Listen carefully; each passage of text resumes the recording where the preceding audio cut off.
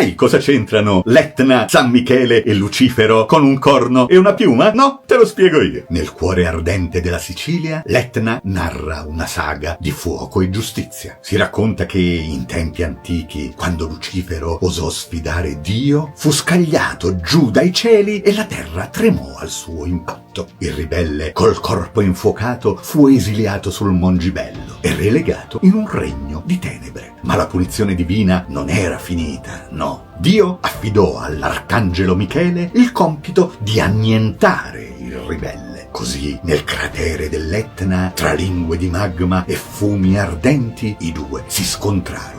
Michele, splendente nella sua armatura celeste, con la sua spada fiammeggiante tranciò un corno del nemico. Lucifero tentò un disperato assalto e strappò una piuma dall'ala del suo avversario, ma fu respinto e sigillato nelle viscere del vulcano. La piuma, sospinta dai venti infernali, viaggiò fino a Caltanissetta e portò con sé l'eco di una battaglia epocale. Oggi, osservando l'Etna, si percepisce non solo la potenza della natura, ma il mistero di un duello eterno, dove luce e tenebra si sfidano, lasciando in eredità all'umanità un destino che vibra ancora nell'aria. Se ti è piaciuta questa storia, seguimi, così potrai ascoltare le prossime storie che narrerò. Ciao!